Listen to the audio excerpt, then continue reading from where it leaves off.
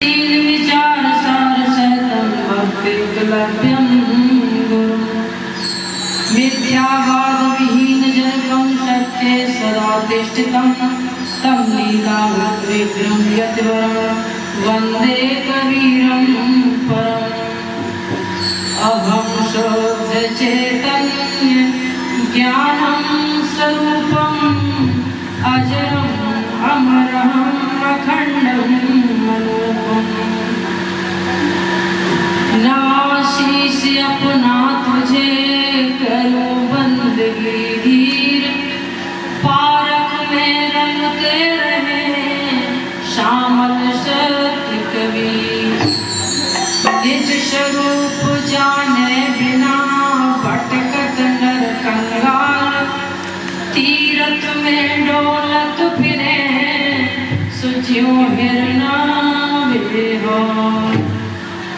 परम पूज्य संत सरोवर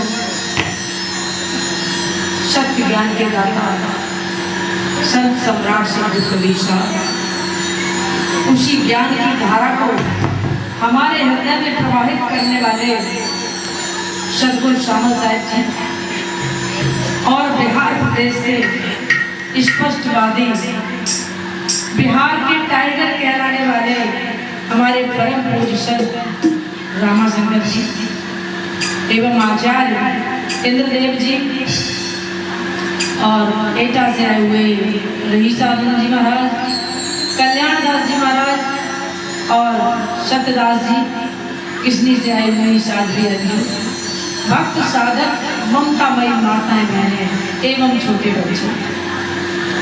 आज हमारे गुरु भाई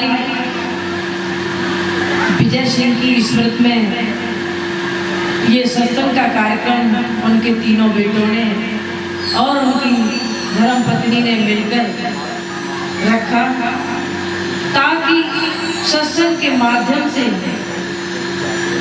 इस क्षेत्र की जनता को ये बोध हो कि सत्य क्या है, ज्ञान क्या है, ईश्वर क्या है, इंसान क्या है और हम कर क्या रहे हैं। साहेब श्री रामाशंकर साहब जी मुझे पहली बार मार्च में कटिहार में मिले थे, बिहार में। पहली बार उनकी वाणी सुनी, परिचित तो पहले से थे। उसी दिन मैंने ये संकल्प कर लिया था कि साहब जी को जरूर यूपी में ले जाएंगे। उनका कल आगमन हुआ। हम अपना और अपने क्षेत्र का और पूरी यूपी का सौभाग्य मानते हैं जो उन्होंने अपने बहुत ही व्यस्त जीवन से इतना समय निकाल के हम लोगों के बीच में आए। पूरे प्रदेश, पूरे जिला, क्षेत्र, इस गांव की तरफ से बहुत बहुत अभिवादन साहब जी को जो आपने अपना बहुत ही कीमती समय निकालकर हम सब लोगों के बीच में दिया और बहुत ही ज्ञान व विशाल गर्भित वाणी से सभी के जीवन को ओतप्रोत कर दिया, सराबोर कर दिया। एक एक शब्द उनका आपने समझा और अपने विषय को वहीं से लेके चल रहे हैं कि संसार में मेरा जन्म होता है और जन्म होने के बाद हम किन किन चीजों में फंस जाते हैं। सदगुरु कबीर साहब की एक साखी है। एक हिरनी को, जैसे इसमें प्रश्न भी हो रहा है उत्तर भी दोनों लाइनों में, हिरनी को पूछा जा रहा है कि काहे हिरनी दूबरी चले हरि हरे ताल। अब नीचे की लाइन में वो उत्तर दे रही है कि लक्ष्य अहिरी एक मृग कै तुम टालो भाग। वैसे ही हम आपसे प्रश्न करें कि आप क्यों दुखी हो, आपके दुख का कारण क्या है। अच्छा खासा शरीर है, पांचों तत्व उसमें विद्यमान है और छठी आत्मा चेतन कि क्षेत्र जल पावक गगन से रचित ये प्रगट दे चेतन इससे भिन्न है जो करता सबसे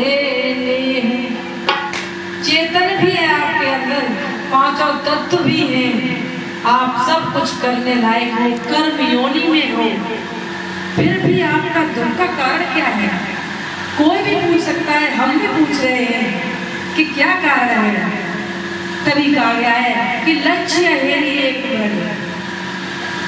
जिस प्रकार जंगल में एक मृग को लक्ष्य करने वाले, भेदने वाले, उसकी मृत्यु करने वाले, उसको जाल में फंसाने वाले चारों तरफ से जैसे शिकारी होते हैं कि किसी तरफ आग लगा दी, किसी तरफ शेर खड़ा है, किसी तरफ जाल लगा दिया है, और किसी तरफ वो शिकारी स्वयं कोई हथियार, बाण इत्यादि लिए खड़ा है।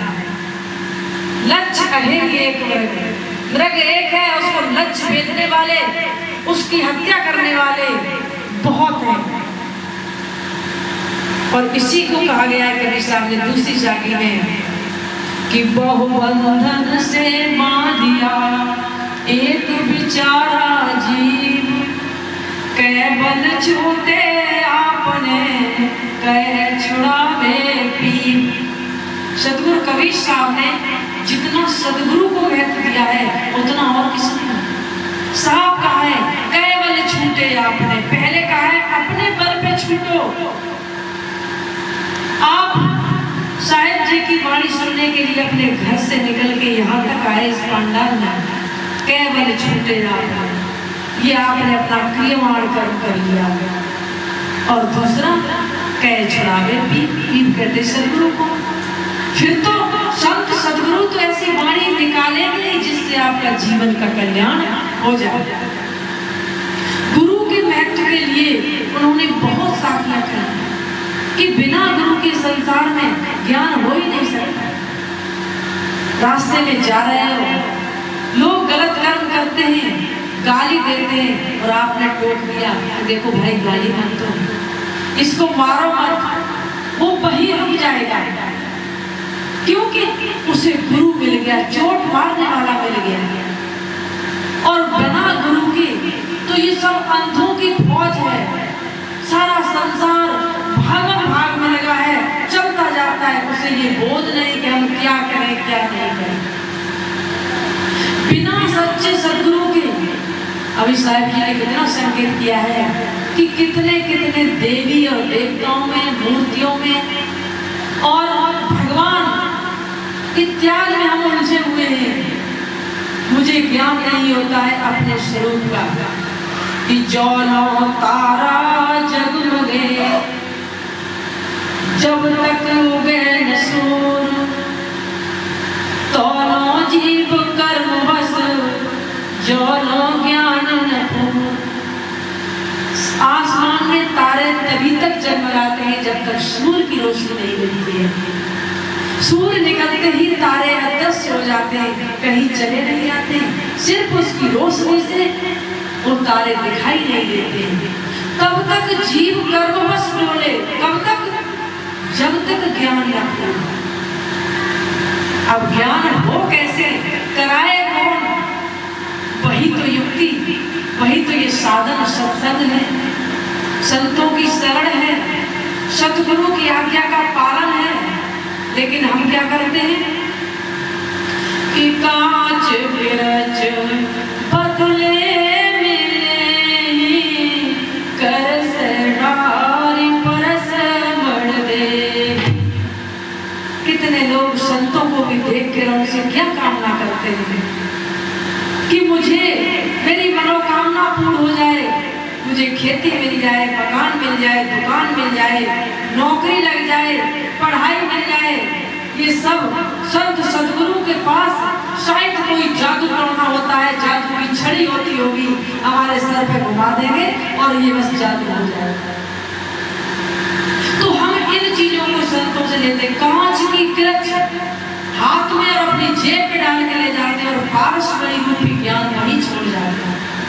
हो सकता आप लोग भी सोचते हो कि कोई कृपा या कोई ऐसी दुआ या ऐसा जादू तो भी इस मंच से दिखाई नहीं दिया, लेकिन आत्मज्ञान कल्याण रूपी बात को आप यहीं छोड़ जाओगे और ये सोचोगे कि मुझे कोई जादू की चीज मिल जाए। एक छोटा सा उदाहरण, एक बार एक राजा ने ये ऐलान करा दिया कि कल सुबह जो मेरे पास आएगा और जो व्यक्ति जिस चीज पे मेरे राजमहल में हाथ रख देगा वो चीज उसकी हो जाएगी।